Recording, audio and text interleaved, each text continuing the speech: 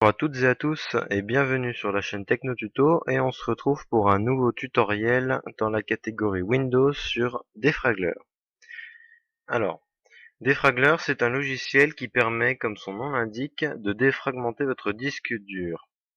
Pour ce faire, on va télécharger le logiciel sur le site officiel www.piriform.com/defragler.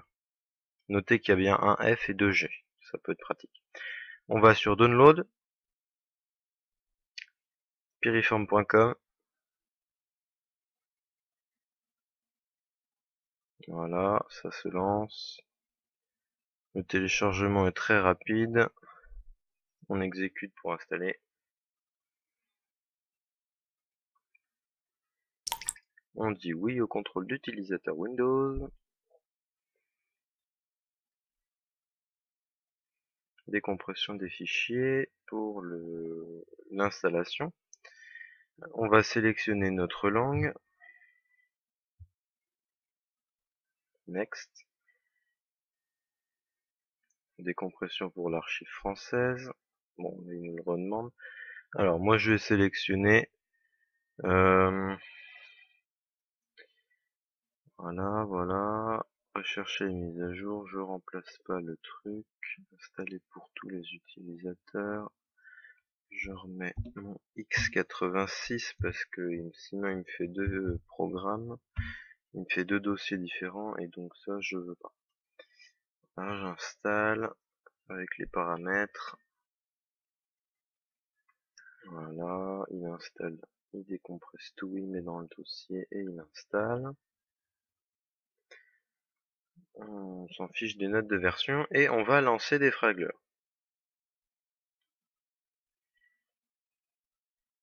Alors Defragler c'est un logiciel qui est à peu près équivalent au défragmenteur Windows, mais il est beaucoup plus performant. Alors je vais vous montrer tout de suite comment il fonctionne. Dans un premier temps, on a ici la liste des disques. Bon, j'ai qu'un seul disque qui peut vous défragmenter n'importe quoi, que ce soit une clé USB, un disque dur externe ou votre disque dur interne de votre ordinateur. Tous les périphériques seront mis là dans cette liste là. Donc, je vais vous montrer comment ça fonctionne.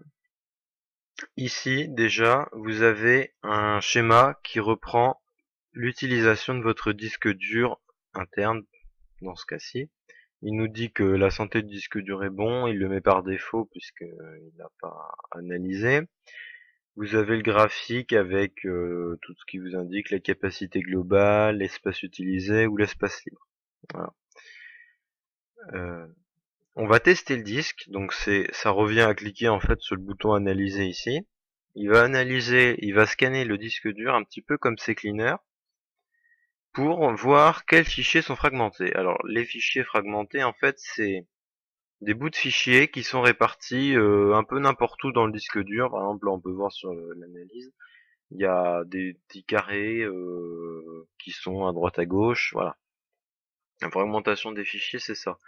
Les fichiers sont enregistrés en plusieurs morceaux sur le disque dur et ça c'est un peu ridicule parce que au final en fait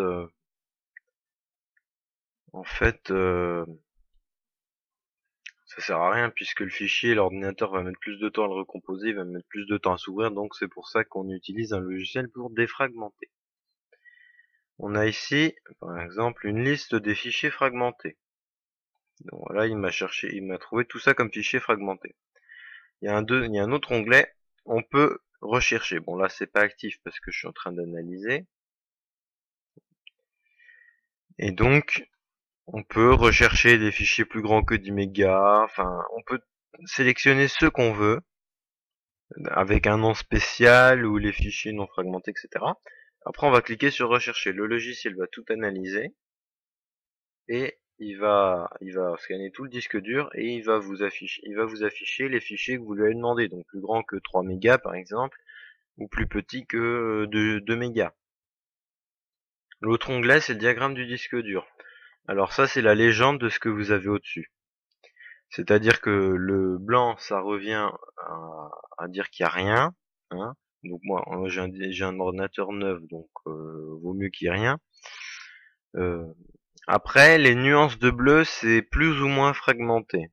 Enfin, les nuances de bleu, il dit pas fragmenté, mais il y a des fichiers ou pas beaucoup. Voilà. Le rouge, c'est les fichiers fragmentés, plus ou moins, suivant combien il y a de fichiers. Le fichier de pagination, bon, on s'en occupe pas. Les fichiers lus et les fichiers écrits, ça, c'est quand il va défragmenter, quand vous allez cliquer sur défragmenter. Les carrés jaunes qui vont s'afficher, ça va être les emplacements où il va lire les fichiers. Et les carrés verts, ça va être l'endroit où il les écrit. Donc en fait, il va prendre les petits bouts de fichiers et il va les lire en tant que appartient à tel fichier, par exemple test.txt. Il va lire, tiens, bah, il y a un bout là, un bout là, un bout là. Et après, il va les recoller ensemble. Donc c'est pour ça qu'il y a fichier écrit. Espace réservé à la MFT, bon, ça sert pas grand chose. Alors, la santé du disque dur. Je vais pas tout détailler, parce que je connais pas tout non plus, vous pouvez m'aider dans les commentaires. Alors, la santé du disque dur, c'est est-ce qu'il juge que votre disque dur est bon ou pas. Bon, moi c'est neuf, donc c'est forcément bon, mais si vous avez un fichier un disque dur, pardon, qui est fragmenté à, allez, 80%, ce qui est absolument énorme, et vous allez le voir tout de suite de toute façon, euh, voilà quoi, enfin, il va vous dire médiocre. La température du disque dur, 35 degrés, bon, ça doit tourner autour de 30-35 degrés la température, sinon c'est qu'il y a un problème. Après, bon, il va vous afficher comment, les, les, cap, les caractéristiques techniques du disque dur. Donc, c'est un Toshiba, c'est 33 Go, etc. Numéro de série, c'est le lecteur C, c'est un mode de transfert SATA, c'est il est ouvert depuis 18 heures, etc. Il y a un tampon de 8 mégas. Voilà. Ensuite ici, bon, c'est personne ne s'en occupe vraiment. Et puis les statistiques, bah tiens, c'est nouveau ça d'ailleurs. Et voilà, il a calculé une truc de 1,5 mégas par seconde. Voilà. Et puis c'est la performance du disque, donc là il calcule, blah. Et donc c'est du 1,5 mégabits seconde en gros. Je vais arrêter ça. Alors, on va revenir sur, voilà. Donc là, vous avez les résultats de votre analyse. Donc, moi, mon disque dur est à 4% fragmenté. Je pensais pas qu'il l'était autant, mais bon. Il y a 911 fichiers qui sont fragmentés, ce qui représente une taille de 3,7 gigas. Voilà. Et donc, il y a quasiment 4000 fragments. Alors, on a plusieurs solutions. Soit, on va pouvoir faire une défragmentation complète, c'est-à-dire qu'il va prendre tous les fichiers et il va tous les lire, tous les réécrire en un seul endroit. Donc là, il fait une défragmentation totale et complète. Soit il fait une défragmentation rapide et là, il va faire ça un petit peu vite fait et ça vous défragmentera un petit peu. Voilà. Donc là, vous avez le choix entre les deux options. Bon, je vais pas les mettre sur le tuto parce que sinon, ça sera ultra long. Alors, dans les actions, on peut analyser, défragmenter rapidement. Donc ça, c'est les deux options que je vous ai déjà données. Vous pouvez défragmenter un dossier, ça sert pas à grand chose. Défragmenter un fichier, ça sert pas à grand chose non plus. Sauf si vous voyez que le fichier il est en 15 milliards de fragments, bon, là vous pouvez le faire et qu'il n'y a rien d'autre sur le disque dur, mais bon, il peut vous le faire tout de suite.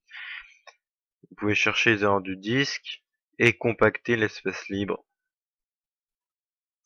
Dans les paramètres maintenant, vous avez les options. Bon, ça c'est tout à fait classique. Vous choisissez ce que vous voulez faire. La défragmentation, qu'est-ce que vous voulez défragmenter, comment? Bon, moi je laisse les options par défaut, pareil. Si vous voulez exclure des fichiers ou des dossiers, si vous voulez remplacer des fragmenteurs Windows, ça il vous le propose dès l'installation. Si vous voulez le minimiser, quand vous réduisez, il va vous le réduire dans la zone de notification. C'est sympa vraiment parce que voilà. Sinon après c'est des options un petit peu voilà, il n'y a pas besoin de les bidouiller. Après vous pouvez modifier les couleurs du diagramme du disque. Voilà, mais moderne, etc. Bon, voilà. Vous pouvez modifier les couleurs. Vous pouvez planifier les défragmentations. Donc défragmenter le volume C mensuellement à 17h17. Voilà. Ça c'est si vous voulez le faire, vous pouvez le faire. Vous pouvez faire une défragmentation démarrage. Bon, c'est pas utile parce que sinon ça va vous faire la priorité. Bon, ça c'est si vous faites autre chose en même temps, ça va permettre de minimiser le. Si vous voulez, dans le gestionnaire des tâches, vous allez voir que Defragler prend moins sur la mémoire que s'il était en normal, si vous le mettez en arrière-plan. Après, vous avez deux options qui sont intéressantes.